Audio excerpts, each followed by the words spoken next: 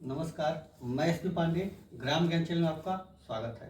हमारे साथ हैं डॉक्टर राम नारायण तिवारी जी, बावला पुरस्कार व भोजपुरी रत्न पुरस्कार सर सम्मानित हैं। सर को अंग्रेजी के लिए एक राइटर फिल्म अवार्ड भी मिला था। सर आपको तो माइकल विल्सन अवार्ड सर मिला था फॉर अंग्रेजी पोइट्री के लिए, पर आपने सर स्वीकार इसको नहीं किया था। पिछली वीडियो में हमने भोजपुरी लोक पारंपरिक हथियार के बारे में जाना और विशेष तौर पर हमने लाठी का वर्णन किया था। आज हम जानेंगे सर से कि लाठी बनती कैसे है, क्या इसे बनाने के लिए विशेषज्ञों की जरूरत होती है।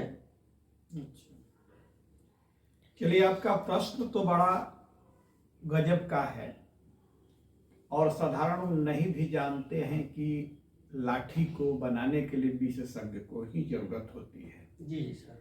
जितनी प्रकार की लाठी हो, चाहे वो लाठी हो, चाहे गोजी हो, चाहे लौर हो, पटकन हो, बोंग हो, इसके बाद आपके चाहे सिंघी लाठी हो, गोही लाठी हो, इसके बाद आपके धनसापिन हो, सभी के पहले बांस देख कर ही विशेषज्ञ पहचान जाते थे। जी सर। सब लोग नहीं पहचान पाते थे। जब कोपड़ फूटता था बांस के खूंटी में तो पहचान जाते थे। तो वो सिर्फ बनाने के ही कला नहीं जानते थे, लाठी को काटने के भी कला जानते थे। क्योंकि चूंकि ऐसा हथियार था कि मैंने देखा कि लोग इसको चोरी भी करते थे। जी सर। तो वो करते थे क्या कि जो घर वाले हैं वो भी जान जाते थे कि इसमें बढ़िया लाठी निकलेगी। जी सर। तो उसको ये तो ज्यों ही उसका निकलता था, बांस निकलता था कोपड़ के बाद, उसको लोग काटने लगते थे, छुरी उड़ी से छेद देते थे हंसना। क्योंकि छेई हुई लाठी अशुभ है, उसको नहीं काटते थे सब। जी सर। उसको छेना नहीं चाहिए, लेकिन वो छेद देते, छे का मतलब उसको काट देते। जी।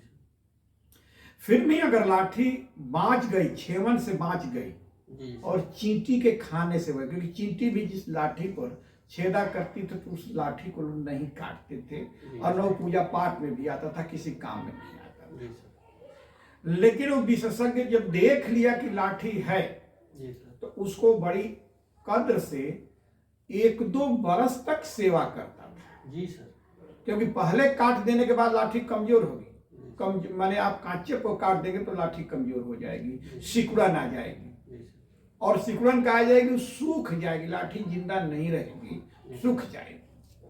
तो लाठी को काटने के बाद भी जिंदा, क्योंकि बांस तो हमारे दैनिक जीवन से जुड़ा हुआ है ना, मरते दम, पैदा होते दम, विवाह शादी सभी जगह बांस है। और लाठी इसलिए मशहूर है कि लाठी जिंदा रखा जाता है। जी सर। तो हुआ क्या कि जो लाठी काटने वाला करता था, क्या पहले जो ऐसे थे कि चोरी छुपे काटते थे, लेकिन जो चोरी करते थे लाठी को तो वहां की तो आरी को ही गर्म कर देते और नहीं तो आरी गर्म करने से आप काटेंगे तो आवाज जरा भी नहीं होगी। लोग रखवाली भी करते थे। और नहीं तो बांस के यहाँ बोरसी ले जाकर के वो रख देता था, जिसमें धुआं सिर्फ हो, धुआं भी धीरे धीरे हो, धुआं ना हो, सिर्फ आग हो। तो जब आग उस बांस में आप रखेंगे तो इतना मुलायम बांस हो जाता है कि लगता है कि वो आदमी का शरीर है। आप करेंगे जरा भी आवाज नहीं होगा न उसके खींचने में करके, तो काट लेता था। काट लेने के बाद उसकी छिलाई होती थी। छिलाई के बाद उसको घारा मला जाता था। वो भी जिस हरे पेड़ में, सूखे में नहीं घारा मल सकते हैं, कि पेड़ का भी रस उसमें आ जाए।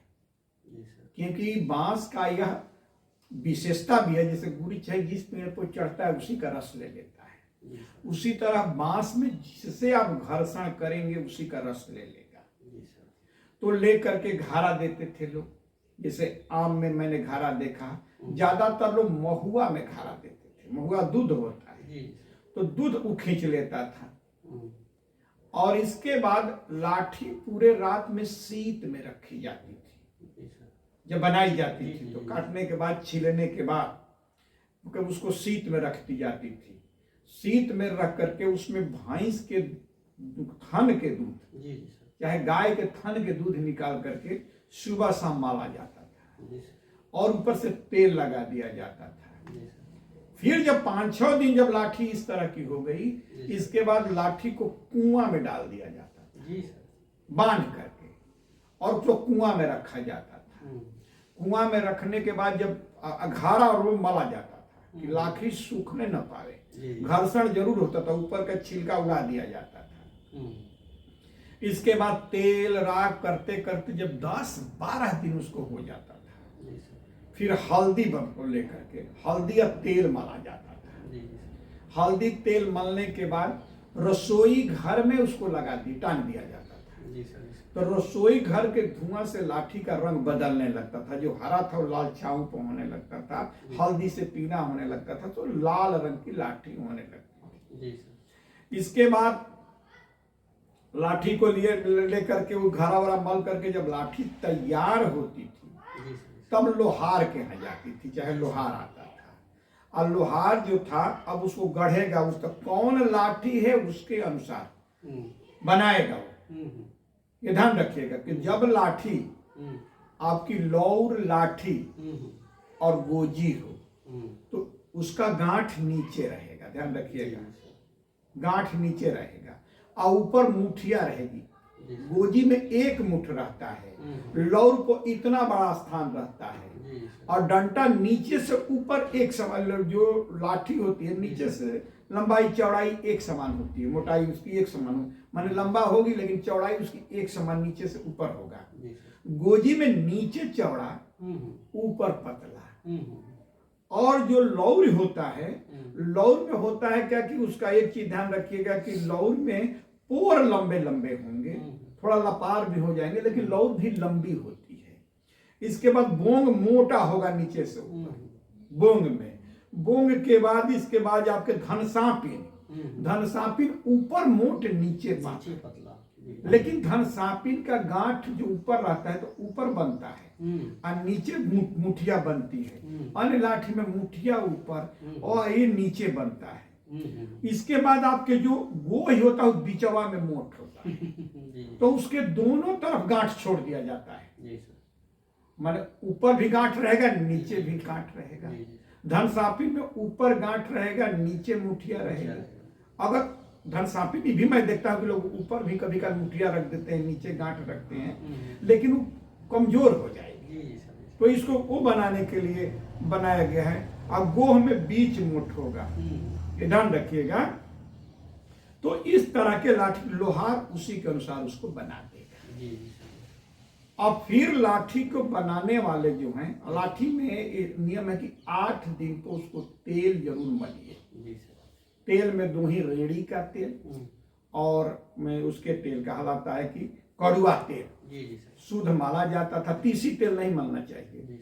और सुबह शाम भैंस का झाग, जो भैंस के झाग को ज्यादा लोग मानते हैं, उस तरह से लाठी को मल करके रात में रसोई घर में रखते थे। लगभग 1-1.5 महीना सेवा किया जाता था। अब विशेषज्ञ क्या करते हैं, देखते कहीं टेढ़ी तो नहीं, तो टेढ़ी लाठी के लिए फिर अब उसको आग को तपाया जाएगा, आड़ा बोझा जाएगा, लाठी को रेड़ी का तेल तो मल करके उसी आग पर एक बार सेका जाएगा, एकदम मुलायम हो जाएगा।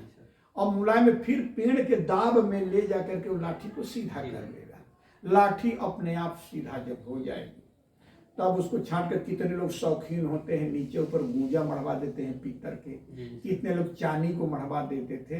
लेकिन जनरली मैं देखता था कि लाठी के विशेषज्ञ ले करके अपने घर में रखते थे, धूप में नहीं डालते थे और उसको ले करके नीचे ऊपर तेल मलते रहते थे, परिवार के तरह उसकी सेवा करते थे। इस तरह विशेषज्ञ लाठी के होते थे, वो लाठी को जन्मते ही पहचान जाते थे और अंतिम तक लाठी के सामने रखते थे। सब लोग नहीं बना सकते, सब सीधा नहीं कर सकते। हमारे यहाँ एक लाल मोहर कनौजिया है, वो लाठी को दूर से पहचान जाते, वो विशेषज्ञ हैं। हमारे बड़े भाई हैं रामचंद्र तिवारी, वो भी लाठी को पहचान जाते।